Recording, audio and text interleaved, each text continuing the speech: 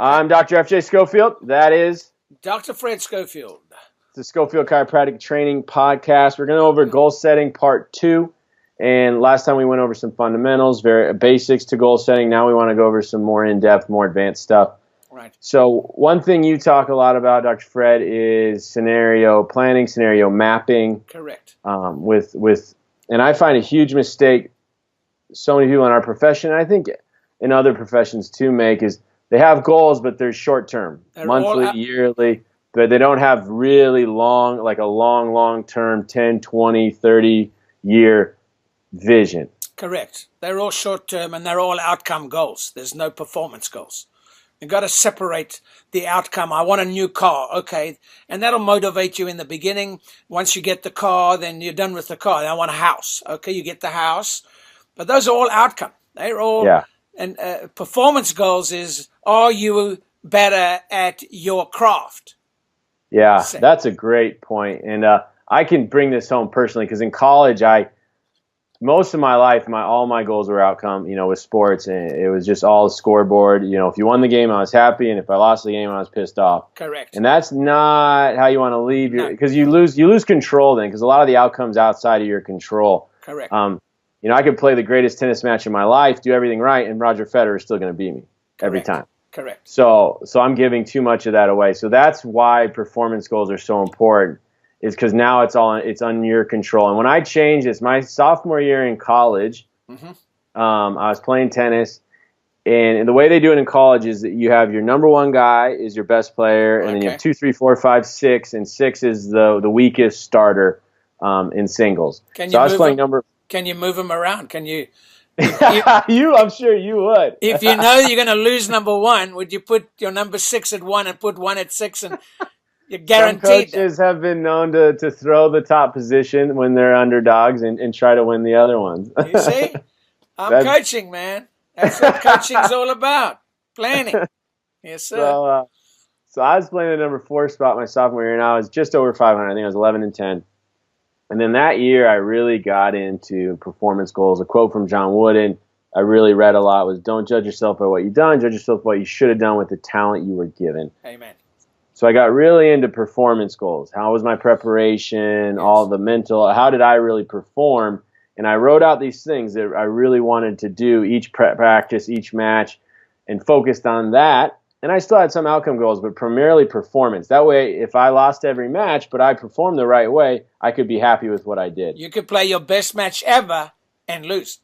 You could, and that's why you don't want to compare, because, you might be in a town where there's 1,000 people per chiropractor, and your buddy's in a town where there's 10,000 people per chiropractor, and you're working your tail off getting 8, 9 new patients a week, and they're getting 20 a week doing nothing, and you feel like a loser. And that's, that's not, you can't compare, that's why comparing an outcome alone is not the way to go. You can't compare chiropractic offices. You cannot compare them. No, I mean, we all have different strengths, so it's pointless. And if you're looking hard enough, you'll always find something that someone else has, you don't. You get 10 new patients, they get 12, you collect 10 grand, they collect 15, whatever it is. You can always find something. You have 2 kids and they have 5, and you're, whatever. Great. But anyways, I got onto my performance goals. In my junior year, I was 18-2, and I was playing the 3 position. So I was playing better players, and I won 90% rather than just over 50%, all based on focusing 100% on my performance. And it was really, what I found is the difference between that jump from 50% to 90% was about that big. 2 or 3 points. It's not like this huge, you think it's this huge change, and it's not. And many times it's the same way in your office. When you focus on the performance and you do your consultation just a little bit better, and your ROF a little bit better, and you're a little more focused for your adjustments, and your energy is just a little bit higher, and then your practice performance explodes the same way mine did in college tennis. It goes from 50 to 90%, because you set the outcome goals, you have that basic vision, but then you get really obsessively focused on your performance. Yes. So that's it. Well, the most important thing is you get a book, get a little success journal. A book. You're good at this. And crystallize. Oh, it's huge. Crystallize through writing, planning, pictures, mapping. Map is not the territory. So you got to work on it. Yeah. And you work. Yes, yes, yeah, and that's a great point because the way I look at long-term goals is life planning. That's what you're doing. For longer than a year. Well, I hope I'm alive in more than a year. Well, I mean, 12 months, how fast does 12 months go? Shit, my son's almost 4. Correct. How long have you been in practice? My own practice, 7. 7. And you've been out of practice for? 8. I was in your practice, so yeah, I'm going to my 9th year out of school. Correct. So you go That's quick. 3 years, 5 years, 7, 9. What do you want to be doing in 40 years' time? Yeah, no, I have a vision. I have a picture written down on what I want to, at 100 years old, what I want to be doing, how much I want to be worth, my investments, everything, what my family's going to be like, my health, my relationships, things I want to do. You know, I want to take my wife to Japan. So all that's written down, though. And I agree. You want to bring your wife on that rugby tour to Japan? Maybe after that. Maybe you go on your own tour. Little different tour, different. Different. Clarity brings something happens. Yes. Oh, it brings everything. Brings focus, brings form, clarity. Most breakdowns in the office are because they don't sit down with their patients and go over the patient's goals. Yeah, that's true. That's big. Yeah, clarity is everything. I mean, what's important now? What do you got to do now to go where you want to go? The only way to know that is to be super clear about where you're going. Correct. You can't get wealthy in a week. No. I mean, you hear the story. Some guy bought Amazon stock and he held on to it, and it's like, that's great, but you can't rely on that. If you want to be able to predictably, consistently become successful, it's going to take clarity and it's going to take work. Correct. So you want to drive that nice Ferrari.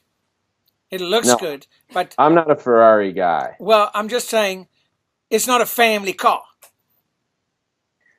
So no. I see a guy showing off his Ferrari, and everybody I've known who has a Ferrari doesn't have one today. I asked one guy to just get in it while we were having our coaching calls, I said, just get in and start it up. And and then he revved it up. That's probably $100 right there, just revving it. Correct. That's funny. It was beautiful. I never forgot. He gave it back to. Well, and I find so many people want that stuff because their neighbor wants it and they're trying to keep up with the Joneses, and that's not where you're going to find happiness or fulfillment.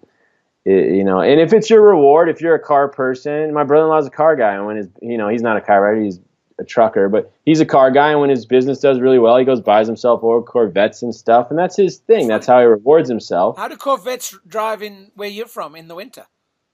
I've never tried. I assume not. Well, yeah, I assume squealing, turning, sliding, little fishtailing. I like 4-wheel drive. I got 4-wheel drive. I got that. But I mean, whatever you want, you got to write it out. You got to be clear, and it's got to be your stuff. You can't want stuff because somebody else has it or stuff that's the greatest. Dr. FJ, the greatest thing you can do is set a goal that's long term. Long term, 20 years, 30 years. Okay. Long. And then along the way, have little destinations along the way. Correct. So in Zeno's paradox, he said if you have a goal, say 40-year goal, then come back to a 30, 20, 10, 5, 3, and then 18 months. 12-month goals are just like tomorrow. It's going to be next Christmas before we know it. Yeah. And he said you bring it down, and you hear Federer, tennis players are the best because they know there's matchups in tennis. And each match is important for the next match. Yeah. So you take it one match at a time, because if you take it 2 or 3 matches at a time, if you're thinking ahead, all the great coaches never think too far ahead. No. Well, and it's that kind of Zen-like balance where you have this long-term picture and vision that but you also have this really obsessive focus on your performance every day. Correct. And then little by little, and then you look at that vision. I look at them every morning. And, and how mine's changed, my long-term vision, how it's evolved over the last 8 years has been big, but I still had a vision. When I wanted to my truck, I wrote down what I wanted in my truck, every detail. When I wanted a home, I wrote down every detail. Right. When I was in chiropractic school and I wanted a spouse, I wrote down every detail. Right. And like my home, for instance, when I got almost everything. There was 2 things I wrote down. I wanted a brick home and an attached garage, and it didn't have that. But those weren't deal breakers for me. You kind of got to know what your deal breakers are. What Correct. I absolutely had to have was a flat backyard and 5 bedrooms. That way, when you guys come to visit, you have a house. How do you mean I have a house? You have a room, not a house. You have a room. Well, you get me a house, please. Yeah, that's a lot of new patients. So, but you got it, but every detail. Then I knew when I walked in my house, even though it had about 80% of what I wanted, right. but it had all my deal breakers were there. There was nothing. Did I really care brick or not? Nah, that's not that big a deal. I just kind of like brick. I wanted to be specific. My garage is next to the house, so I can attach it once we save up some moolah. But I knew it's like 5 bedrooms. Right. I had that written down. Gym, I had that written down. Library, I had that written down. Man cave, I had that written down. Right. And there was a picture of a rhino in one of the bedrooms. It's like, it's amazing when you write down and then you're there and it's just like, this is it. This is what I want. Right. You remember when we were going up to Prescott? We drove all around Arizona and then we got to Prescott. And you remember that? You and I were driving, looking at my practice locations, and we were like, this is it. And it was. I liked the seasonal changes. I liked the smaller communities. I wanted either mountains, lakes, or ocean, and it had the mountains. And it was funny. When you know that, you'll sit there and you'll see, like we said, you'll find what you're looking for. Your brain will recognize your eyes will recognize what your brain is looking for. So you got to know clearly what you're looking for. Correct. And the reticular activating system, well, actually, it's a filtering system and filters out. You just do yourself a favor this afternoon whenever you're driving around. How many fire hydrants did you see? I know. It's funny when you do that, and then all of a sudden you see a million. I know. When I got my truck, I got a Ford F-150, and once I got that, all of a sudden, everywhere I go, Ford F-150, Ford F-150, Ford F-150. I'd never even seen them before, and they were always there, but I wasn't looking for them, and so I didn't see them. Correct. And there's a lot of proverbs, when the student's ready, the teacher appears. It's the same thing. When you know what you're looking for. If you don't know, write out. If you're looking for a coaching program, what's the coaching program that's going to do this, this, and that for me? Or if you're looking for a spouse, write out the details, blah, blah, blah, blah. And then you'll see it and you'll find it. And many times it won't be quite what you thought it would be. Right. They never think when we're coaching and we just start but they always think, not always think, but they think it's just going to be outcome.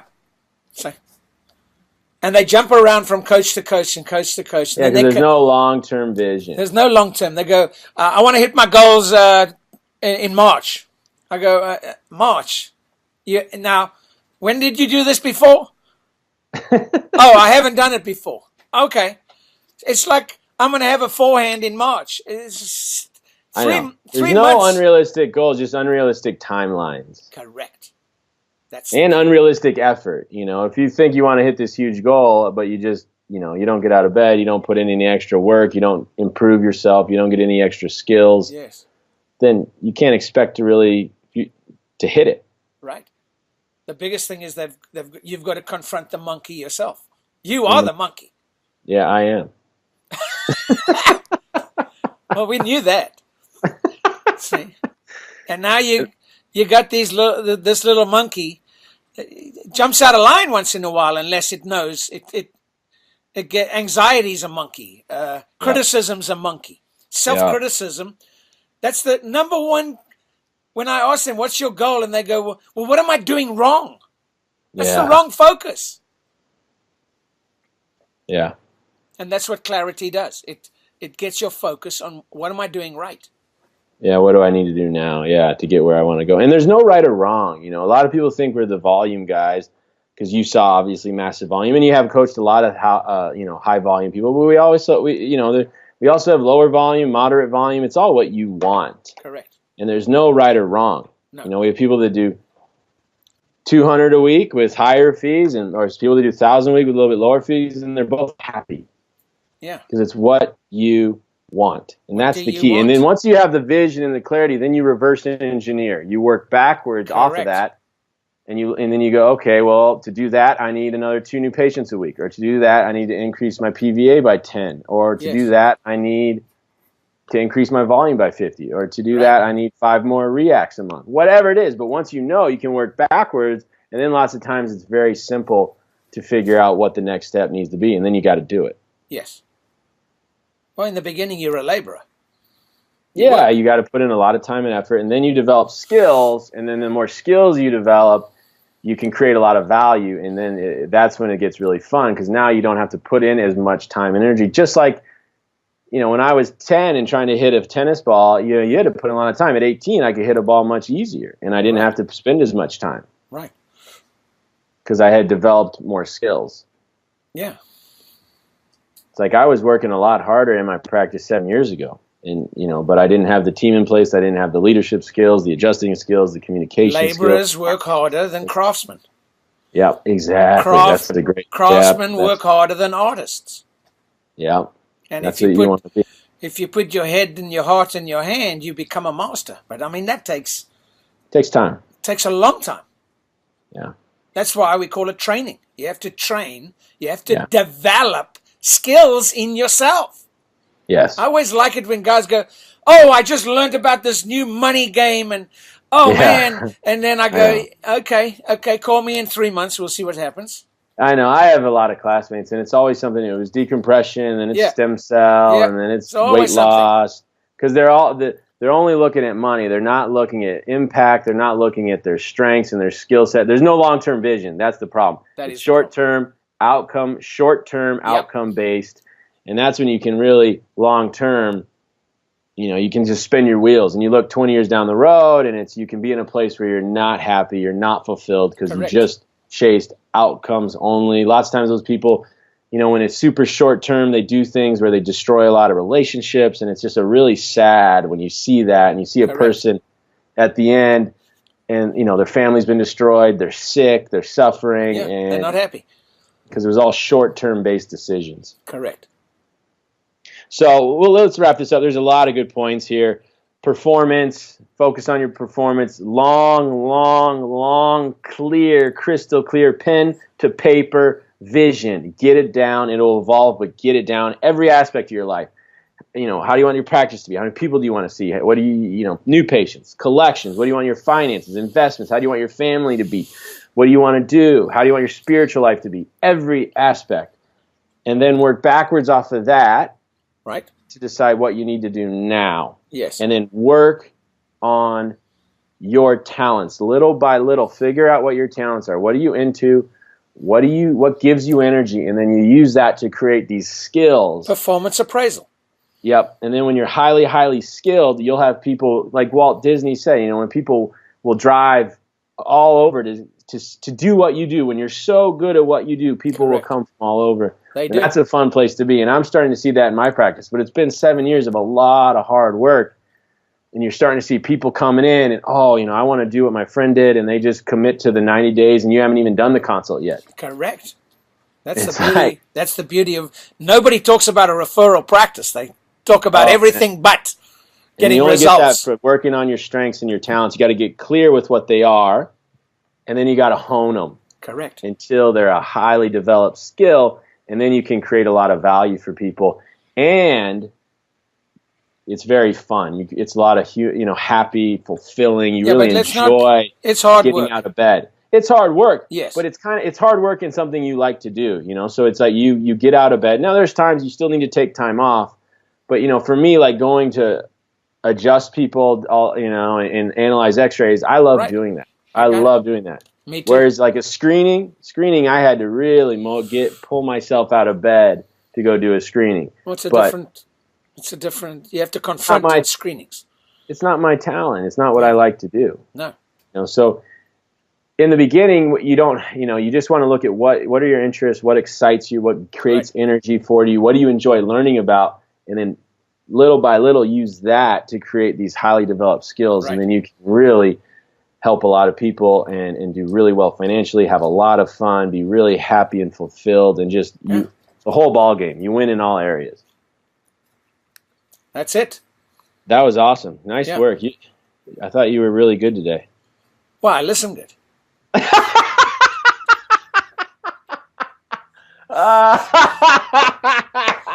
It's one of my talents.